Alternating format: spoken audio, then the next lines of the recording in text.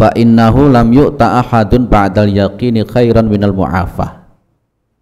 Jadi mintalah kalian itu kepada Allah al-yaqina, yakni keyakinan, wal mu'afata, dan keselamatan.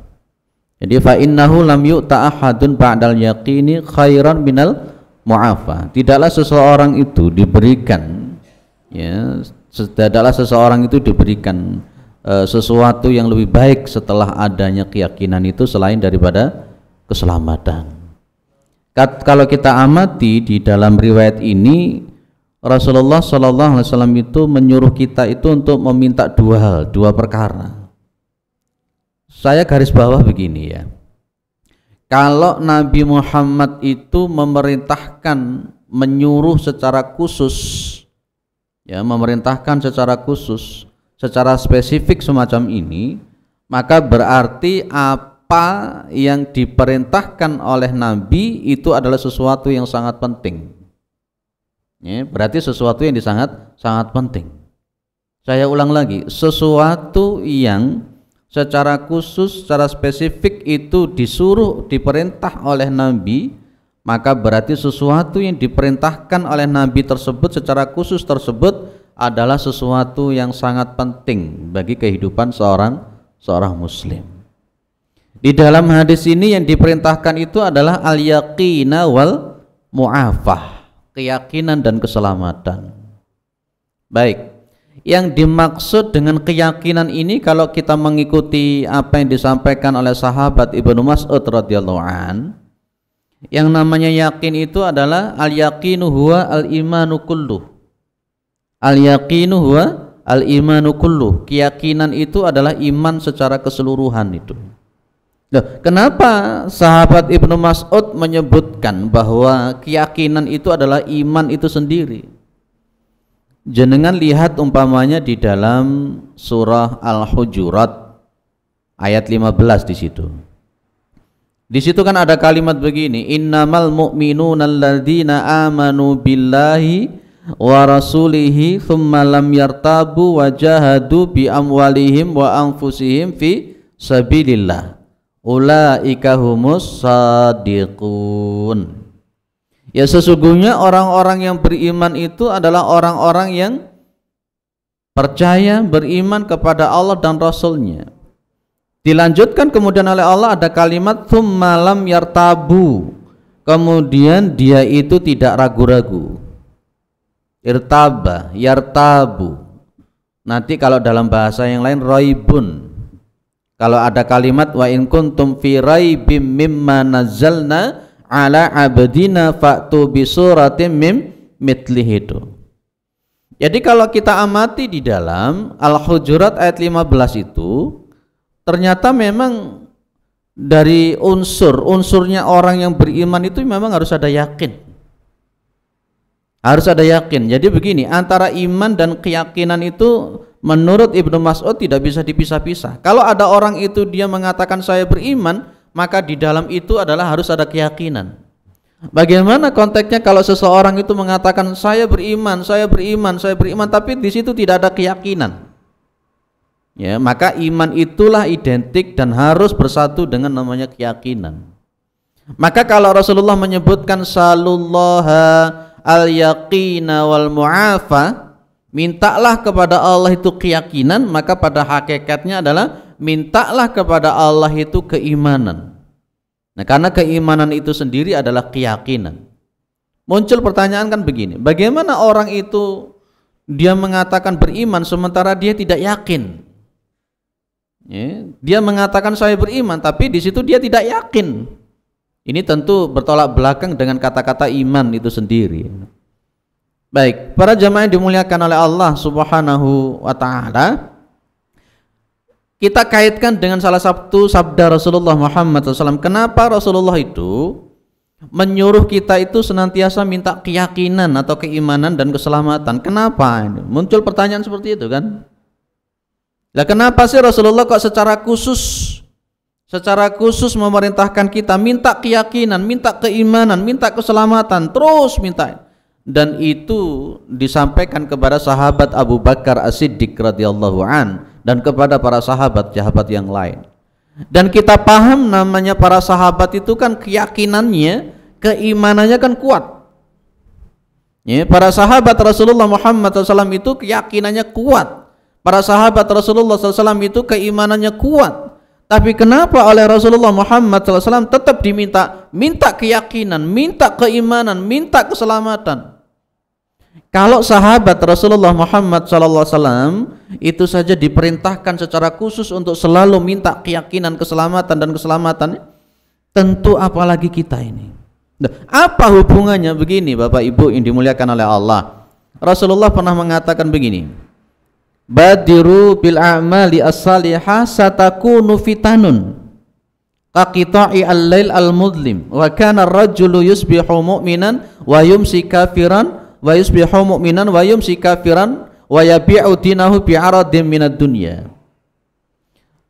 Bersegeralah kalian itu untuk mengamalkan amalan-amalan yang saleh, karena nanti akan muncul fitnah-fitnah. Karena nanti akan muncul fitnah-fitnah.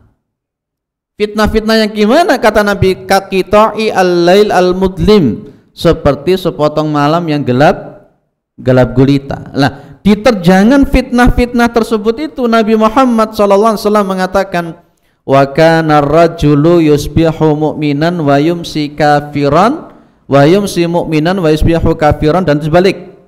Nanti akan ada muncul orang itu yang paginya mukmin, sorenya kafir, dan ada orang yang paginya mukmin, sorenya kafir, dan terus dibalik seperti itu. Bahkan apa? Wa yabi'u dinahu bi'aradin minad dunya, dan dia nanti akan menjual agamanya demi untuk mendapatkan harta dunia.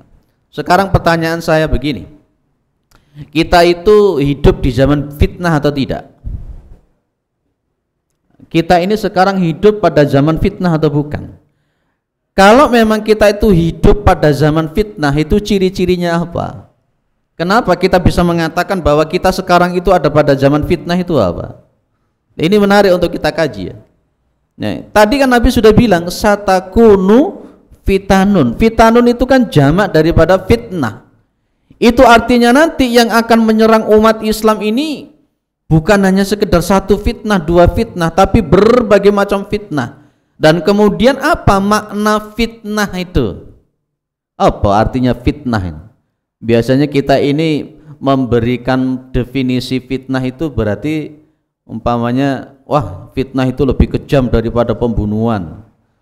Ternyata yang kita maksud fitnah lebih kejam daripada pembunuhan itu apa? Memfitnah orang gitu ya.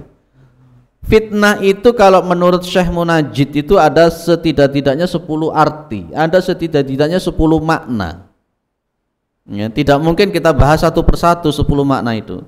Cuman saya ingin mengatakan, ini juga pernah saya sampaikan di Mergosono hari Ahad kedua yang lalu, tentang bagaimana sebenarnya apakah memang betul negara kita, masyarakat kita yang hidup pada zaman ini memang betul-betul fitnah seperti yang dicantumkan di dalam Al-Quran dan Sunnah Rasulullah Muhammad SAW.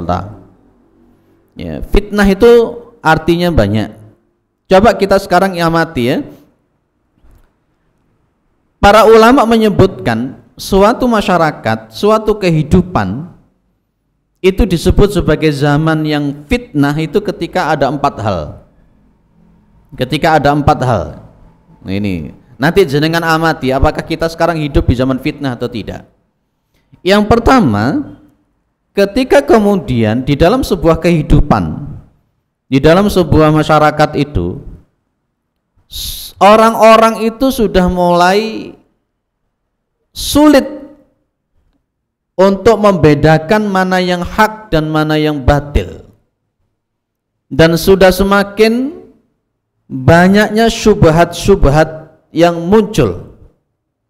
Itu ciri pertama kalau masyarakat itu adalah sudah masuk zaman fitnah. Sekarang begini, kita amati ya.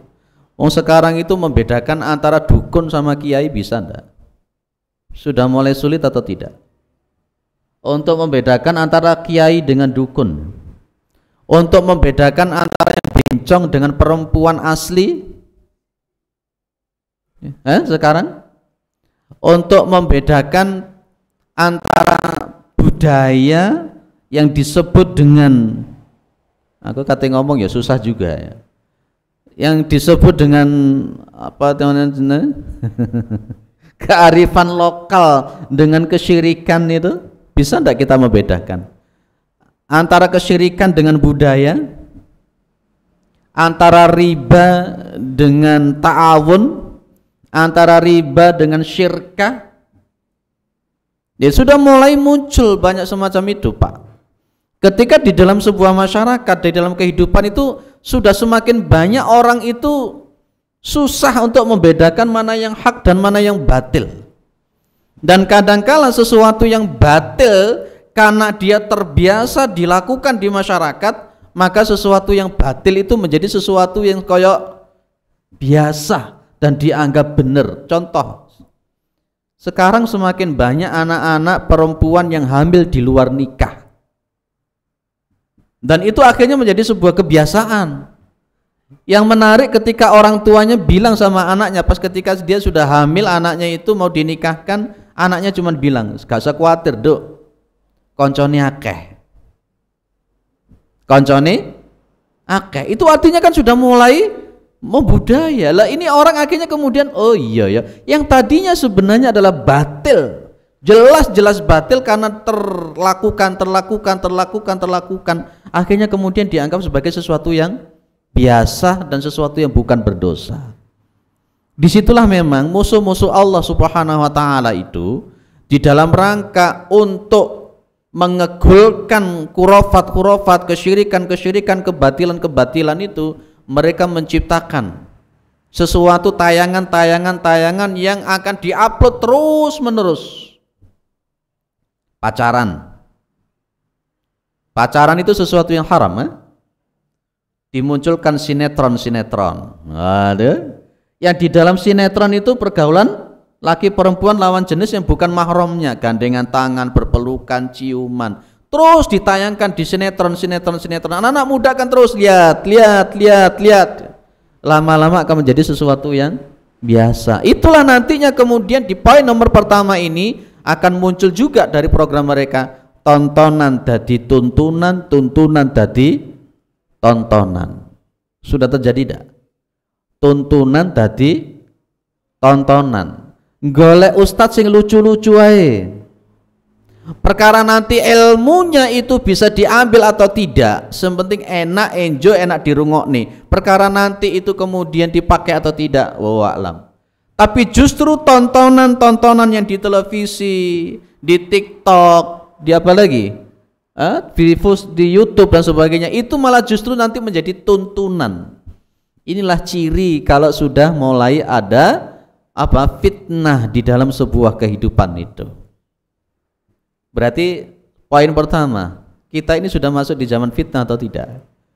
Sudah masuk kan? Sudah masuk. Dan kadang-kala, Pak, saya susah Pak meninggalkan riba ini Pak, piye carane? Dan akhirnya masuk pada konteks peribadatan. Wah, saiki aku lek haji lek gak gawe bank ya ora iso, no kan?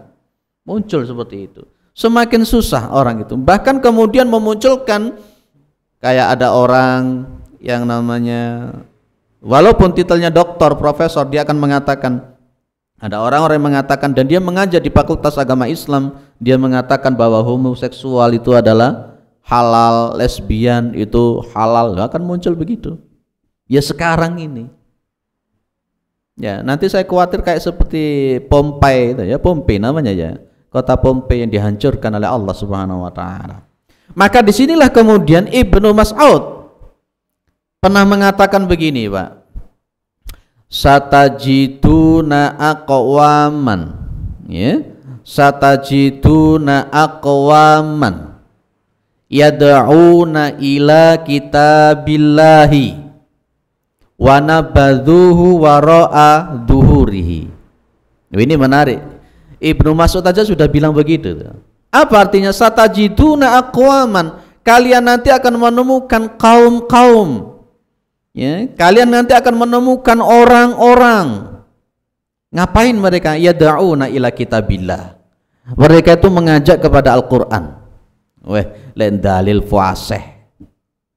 Ya, Al-Qur'ani fasih, sunnahnya fasih. Tapi apa? Wa nabadhuhu wara'a dhuhurihim. Tapi mereka justru membuang Al-Qur'an itu di balik punggung mereka. Apa artinya ya kata-kata Ibnu Mas'ud ini? Banyak orang-orang nanti yang mulutnya manis-manis, pintar dalil, dak karu-karuan, tapi sebenarnya wa fi qalbihi itu sebenarnya alatul khisam. Wa yushhidullaha ala ma fi qalbihi wa huwa alatul khisam di dalam Al-Qur'an surat Al-Baqarah juz yang kedua itu. Kan itu kan disebutkan ya.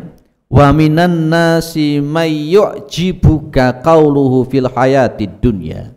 Allah sudah mengatakan begitu kepada Nabi Muhammad, Muhammad, wa minan nasi may yu'jibuka qauluhu fil hayatid dunya.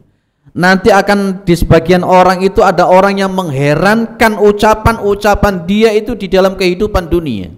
Weh, ngomongi enak, manis, dalilnya terperinci, sunnahnya terperinci. Tapi apa? Wa yushhidullaha ala ma fi qalbihi wa huwa alatul khisam. Tapi Allah itu bersaksi bahwa sebenarnya di dalam hatinya itu dia itu adalah wa huwa alatul khisam. Apa alatul khisam?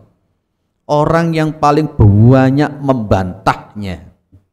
Makanya memang benar untuk ciri yang pertama ini nanti akan semakin banyak orang-orang munafik.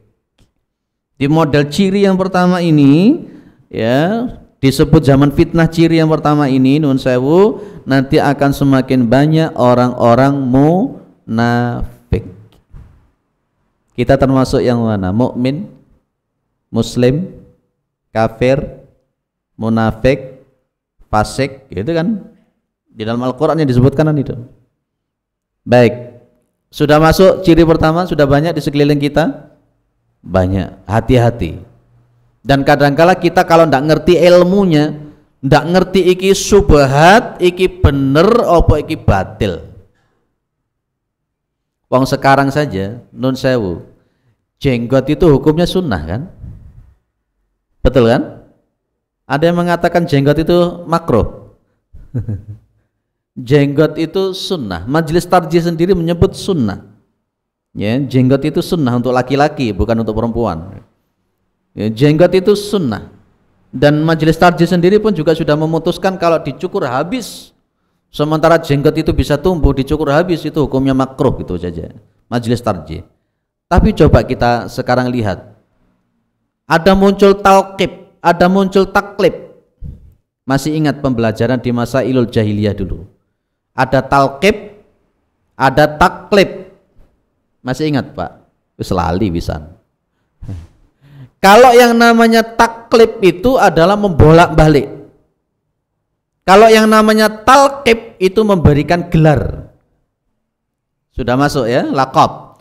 Jadi kalau namanya taklib itu nanti sesuatu yang benar itu oleh musuh-musuh Allah Subhanahu wa taala kan otak-atik sesuatu yang benar itu jadi salah. Minimal remeng-remeng. Sesuatu yang batil di otak-atik sedemikian rupa, sesuatu yang batil nanti akan menjadi benar. Itu namanya taklib. Dan juga nanti ada namanya talqib. Talqib itu memberikan gelar. Contoh tadi saya sebutkan jenggot ya, sunnah. Majelis Tarjih mengatakan itu sunnah. Tapi muncul di zaman fitnah, di ciri yang pertama, orang yang berjenggot kemudian dianggap radikal. Orang yang berjenggot dianggap apalagi. Loh itulah namanya talqib. Dan orang-orang yang tidak paham kemudian akan menyebut, wih jenggotan ini berarti Wahabi gitu. Wah ini jenggotan berarti ini radikal. Wah ini jenggotan berarti ini teroris loh. Inilah yang dimaksud dalam konteksnya itu, semakin banyak orang itu yang tersyubhatkan dengan semacam itu. Bagi orang-orang yang tidak mengaji secara detail akan ikut-ikutan. Oh iya yo hati-hati mbek wong dhek jenggoten lho. Jenggoten iki berarti ngene. Itu termasuk apa lagi? Celana di atas mata kaki atau yang kita sebut dengan isbal, non isbal. Para ulama itu sudah membahas tentang masalah isbal. Setidak-tidaknya saya katakan ada 3 hukum yang dibahas oleh para ulama. Ada yang mengatakan haram, ada yang mengatakan sebagai sesuatu yang mubah untuk isbal, dan ada yang mengatakan sebagai makruh untuk yang isbal. Kalau saya lebih mengikuti mazhab Syafi'i, Imam Nawawi pada hal ini, bahwa isbal itu hukumnya makruh, karena konteksnya juga akan membawa kepada kiber dan juga akan membawa kepada kepada kotoran najis itu ketika kena. Tapi sekarang akan muncul syubhat juga. Loh Pak, itu ada orang-orang yang tidak isbal tapi tambah sombong loh Pak. Loh. Akhirnya muncul lagi kemudian istilah-istilah kelompok celono cingkrang loh ngono barang.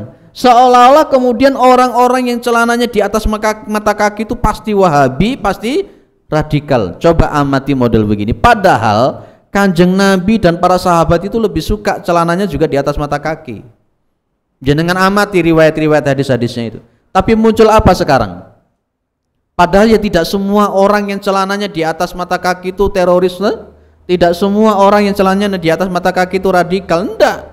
Saya banyak menemukan teman-teman yang tidak isbal tapi akhlaknya bagus, akhlaknya baik, sama tetangga juga baik, meskipun mereka tidak isbal. Jadi bukan masalah isbalnya itu sebenarnya. Ya, itulah kemudian. Ya, di Muhammadiyah ada juga orang-orang yang tidak mau ngaji. Wah, ini Muhammadiyah kok celananya di atas mata kaki, ini Muhammadiyah Salafi, turun-turun disebut Salafi. Lho iki piye gitu. Nah, ini jadi kita harus proporsional. Inilah ciri yang pertama, Pak. Ya, ciri pertama ini kalau kita itu tidak bentengi dengan ilmu, tidak kita bentengi dengan ilmu yang proporsional, kita mesti akan katut. Makanya Dajjal itu, Rasulullah menggambarkan Dajjal itu, kalau yang ditunjukkan itu adalah air, sebenarnya dia itu adalah api. Betul kan? Yang ditunjukkan itu api tapi dia sebenarnya air. Itulah Pak. Sekarang Dajjal yang gede-gede itu belum ya. Dajjal sing cilik-cilik itu sing akeh. Sekarang sudah diutak-atik sehingga kita yang tidak paham dengan keilmuan ikut-ikutan katut. Kemudian dibentur-benturkan kita itu. Clear Pak? Itu ciri yang pertama. Semakin banyak nanti orang-orang itu yang tidak memahami sebenarnya hak dan yang batil, semakin banyak syubhat, semakin banyak orang-orang munafik. Yang kedua, di sebuah zaman itu disebut dengan zaman fitnah. Ketika model yang kedua itu cirinya adalah semakin banyaknya merebaknya kesyirikan-kesyirikan.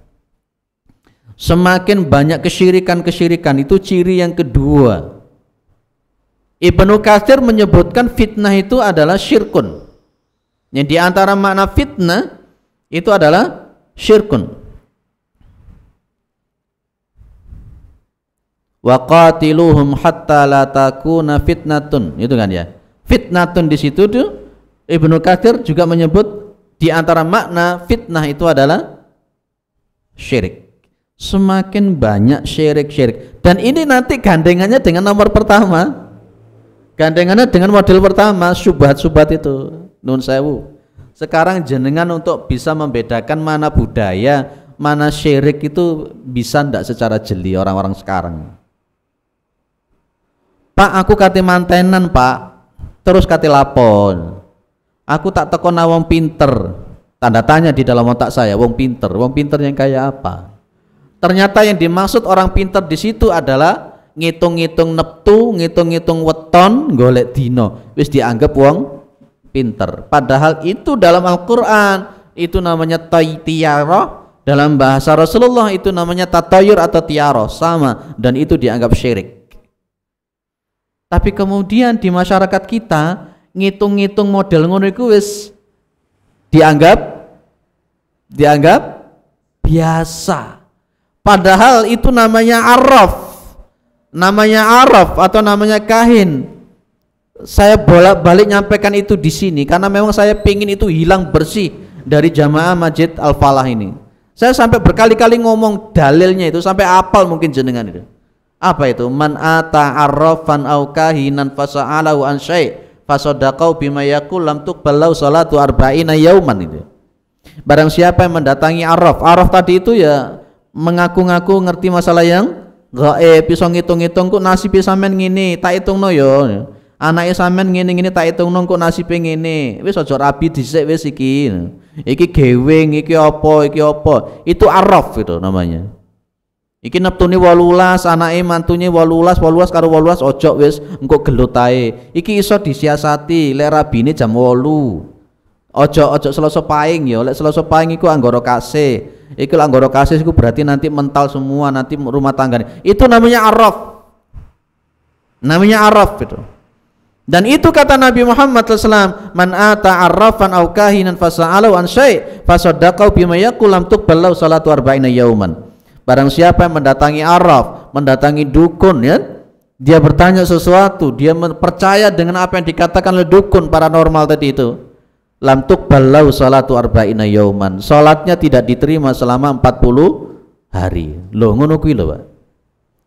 Bagi kita yang ndak paham ya enak ae dihitung-hitung. Aku gak wani aku ngerabekno anakku di bulan Suro lah ngono. Lah itu kan posisi sudah mulai seperti itu. Lah apa kok gak wani? Jare wong pinter ngene. Lek ngalamono rabi, jame kudu sak mene, gak oleh telat sak menit ae. Masya Allah. Itu arraf. Dan kalau kita percaya seperti itu 40 hari sholat tidak diterima. Itu. Dan kadangkala kita mohon maaf, kita ketika tidak melakukan semacam itu, karena apa? Kalau kita tidak melakukan semacam itu, kita dianggap tidak toleransi. Dan itu kemudian disamarkan, namanya disamarkan menjadi kearifan lokal. Wis kenceng-kencengan masa disuting enggak masalah. Ya, memang itu memang yang terjadi di masyarakat kita semacam itu. Makanya Nabi pernah mengatakan innal iyafata wattiyarata watarqa syirkun. Jenengan buka di kitab Fathul Majid yang dulu kita katamkan di sini. Baik, yang nomor 3. Ini sampai jam berapa ini? Sampai 40. Baik, nanti ada dialog enggak? Ada, baik. Ciri yang ketiga, suatu masyarakat itu dianggap dalam konteks masyarakat atau kehidupan yang fitnah. Ya, kehidupan yang penuh dengan fitnah itu poinnya nomor 3, akan semakin banyak perselisihan, akan semakin banyak pertengkaran itu. Dan kita bisa melihat nun sewu, umat Islam itu tambah bersatu atau tambah gelut. Umat Islam kita sekarang ini loh, tambah akeh padune apa tambah akeh rukunnya. Kalau yang saya amati justru pertentangan di umat Islam semakin, perpecahan di kalangan umat Islam juga semakin kuat. Itulah zaman fitnah itu. Entah itu memang konteksnya timbul dari intern umat Islam sehingga umat Islam itu berpecah, atau mungkin ada by design. Ya betul namanya, by desain. Ada orang ketiga yang memang membuat umat Islam itu supaya tetap gelut. Ketika memang umpamanya umat Islam itu tetap bertengkar, maka otomatis umat Islam akan gampang untuk dihancurkan.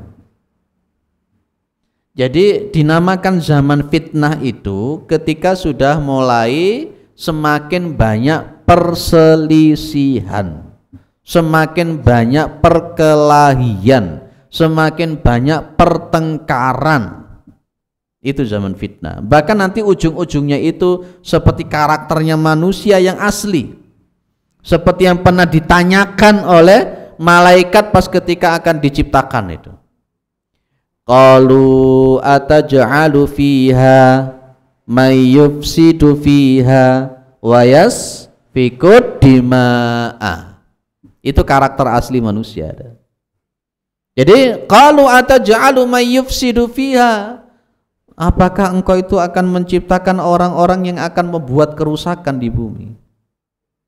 Di situ juga may yufsidu fiha wa yasfiku dima, yang akan mengalirkan darah, suka mengalirkan darah itu. Walaupun Allah kemudian posisinya mengatakan qara inni a'lamu ma la ta'lamun. Baik, bukan malaikat yang diciptakan oleh Allah, tapi manusia, dan Allah itu ngerti kalau manusia itu senengane ya ngono kuwi. Manusia itu ya ngono iku senengane gawe dosa. Kenapa Allah itu yang tahu kalau memang manusia itu suka membuat kerusakan dan mengalirkan darah, tapi kok tetap diciptakan? Itu Allah yang Maha tahu kenapa alasannya. Dan nanti di zaman fitnah itu akan semakin banyak perselisihan-perselisihan. Itu yang kemudian disebutkan oleh Rasulullah Muhammad SAW, itu kan nanti akan ada sayara apa namanya? Kalian itu akan melihat ikhtilafan katsirah. Ikhtilafan katsirah. Bon maaf, wong saiki masalah kunut ambek gak kunut ae lho, wis tambah rame meneh tambahan. Saya diberitahu sama jamaah itu, suatu saat ada imam itu pas ketika sholat dia tidak memakai kunut. Itu kejadiannya nggak lama itu. Dia itu sholat kemudian pakai kunut subuh. Dari belakang itu tiba-tiba sama seseorang langsung dijelongkrok nih sampai jelungup gitu. Karena dianggap bahwa imamnya pakai kunut itu adalah sesuatu yang bid'ah. Loh ini loh. Imam Syafi'i pakai kunut kan ya? Imam Maliki tidak, Imam Hanafi tidak. Itu akan diperuncingkan model-model semacam itu untuk di dalam rangka untuk memecah belah umat. Semakin banyak perselisihan, itulah ciri daripada zaman fitnah. Kemudian yang nomor 4, saya singkat-singkat saja, sudah bel. Di antara kenapa kita disebut hidup di zaman fitnah, itu ujian akan semakin kuat. Itulah yang kemudian rahasianya ketika Rasulullah mengatakan begini, bada'al islamu ghariban sayaudu ghariban kama bada'a. Islam itu dimulai dari sesuatu yang ghariban. Ghariban itu apa? Asing, dianggap aneh. Sayaudu ghariban kama bada'an, dan nanti Islam itu akan kembali ghariban, asing, dianggap aneh. Maka kata Nabi apa? Tubalil ghuraba, beruntung orang-orang yang dianggap aneh, beruntung orang-orang yang dianggap asing. Di zaman fitnah itu akan semakin banyak ujian termasuk musibah-musibah yang diberikan oleh Allah. Baik ujian yang terjadi pada umat Islam ataupun berupa musibah-musibah, bencana-bencana alam yang diberikan oleh Allah Subhanahu wa taala. Saya mengerucutnya pada konteksnya seorang muslim yang akan menerima ujian ketika dia itu melaksanakan syariatnya dengan baik. Makanya Nabi juga sudah menyebut kalau orang itu berpegang teguh kepada syariat itu seperti kalqabid alal jamr. Orang itu akan memegang seperti memegang bara api. Ini loh Bapak Ibu yang dimuliakan oleh Allah, di antara sekelumit 4 hal, 4 ciri kenapa zaman kita itu disebut dengan zaman fitnah. Dan itu kita harus hati-hati. Dan seperti yang sudah disebutkan oleh Nabi Muhammad SAW tadi itu, satakunu fitanun kaqita'i al-lail al-mutlim wa kana ar-rajulu yusbihu mu'minan wa yumsi kafiran, ya kan? Atau wa yumsi kafiran wa yusbihu kafiran wa yabi'u dinahu bi arati minad dunya. Dengan adanya 4 ciri ini yang sudah kita bahas, yang disabdakan Nabi, ada pagi kafir mukmin, pagi mukmin, sore kafir, sore mukmin, pagi kafir. Sudah banyak yang terjadi atau tidak? Sudah banyak kan? Sudah banyak, luar biasa, sudah banyak orang-orang itu semacam itu. Gara-gara supermi murtad, gara-gara wong ayu murtad, dan gara-gara rebutan kemarin yang viral di Aceh ya, rebutan rondo itu. Ya betul ya. Yang satu kasat Pol PP, yang satu adalah kepala jenengin Dishub. Sing iki pegawai honorer rondo, sing iki wis duwe bojo, iki wis duwe bojo. Iki nyedeki iki, sing iki rumangsa wis cedhek. Apa yang terjadi kemudian? Ini kemudian menyewa 3 pembunuh bayaran. Weh, kayak di film-film. Menyewa 3 pembunuh bayaran supaya ini membunuh Kadis Hub ini, ditembak tenanan, mati. Loh, ngono ku lho, Pak. Di Malang baru-baru ini dia punya anak tiri. Ya, bapaknya ini cemburu karo pacare anak tirinya, sehingga bapak kemudian apanya? Pacarnya anak tirinya ini dibunuh. Setelah ditangkap dia bilang saya cemburu karena dia punya pacar, dan ini mahasiswa Brawijaya. Loh, inilah dia sudah tidak mau, sudah tidak mengerti iki hak iki batil, iki anakku. Tapi dia naksir sama anak tirinya, dia cemburu. Loh, ini kan lucu juga itu. Yang tadi di sini sudah punya istri, sini sudah punya istri dan macam-macam, masya Allah. Itulah zaman fitnah, Pak. Jadi konteksnya memang betul yang dikatakan Nabi, nanti akan semakin banyak orang-orang itu sudah semakin tidak mengerti mana hak dan yang batil, dan akhirnya mereka akan keluar dari agama Allah Subhanahu wa taala. Jangankan yang tidak mengerti Al-Qur'an, yang hafal Al-Qur'an saja bisa kok. Jenengan kenal namanya Ibnu Muljam, lah? Ibnu Muljam, Abdurrahman bin Muljam. Siapa Abdurrahman bin Muljam? Pembunuh Ali bin Abi Thalib. Abdurrahman bin Muljam ini pada zaman Khalifah Umar bin Khattab difasilitasi untuk mengajarkan Al-Quran di Masjid Nabawi. Ngajar Al-Quran, hafal Al-Quran, fasih Al-Quran. Tapi justru dia inilah yang membunuh Ali bin Abi Thalib pas ketika ngimami subuh.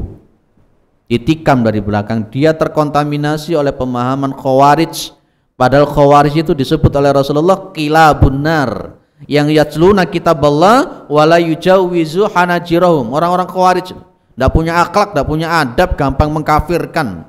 Bahkan Ali bin Abi Thalib dianggap kafir, sahabat Muhajirin dianggap kafir, sahabat Ansor dianggap kafir, tapi mereka pun juga pakai dalil Al-Quran dan dibunuh. Yaitu orang-orang Khawarij. Kapan-kapan kita akan bahas dialognya Ibnu Abbas dengan sekte Khawarij dan kenapa Khawarij bisa sampai semacam itu, dan kemudian dalil-dalil apa yang diberikan oleh Ibnu Abbas sehingga bisa menyadarkan sekitar 2000 sampai 3000 kaum Khawarij kemudian ikut ke Ali sementara yang lain tetap kafir. Itu orang Khawarij yang disebut oleh Rasulullah dengan apa? Kilabun nar, anjing-anjingnya neraka. Hati-hati. Padahal orang Khawarij itu kata Ibnu Abbas itu ahli ibadah, wajahnya pucat-pucat karena seling meleknya untuk beribadah tahajud. Di mukanya ada garis-garis hitam karena saking banyaknya nangis di hadapan Allah. Ya, di dahinya itu ada tanda-tanda sering sujud. Tangannya tebal, lututnya tebal seperti unta. Itu Khawarij. Nanti akan kita bahas secara khusus. Masih ada 1 kali pertemuan, insyaallah kita akan membahas tentang dialognya Ibnu Abbas dengan Khawarij, termasuk Dzul Khuwaisirah At-Tamimi. Ada Dzul Khuwaisirah At-Tamimi, ada Dzul Khuwaisirah Al-Yamani. Insyaallah di pertemuan berikutnya kita akan bahas semacam itu, insyaallah. Masih ada 1 kali pertemuan juga sama-sama subuh kayaknya. Minggu depan, hari Rabu depan, insyaallah kita akan bahas itu, insyaallah. Ingatkan kalau begitu. Cukup ya? Ada yang didiskusikan? Silahkan. Kalau tidak ada, alhamdulillah. Ada yang didiskusikan? Ada yang menambahkan? Ya.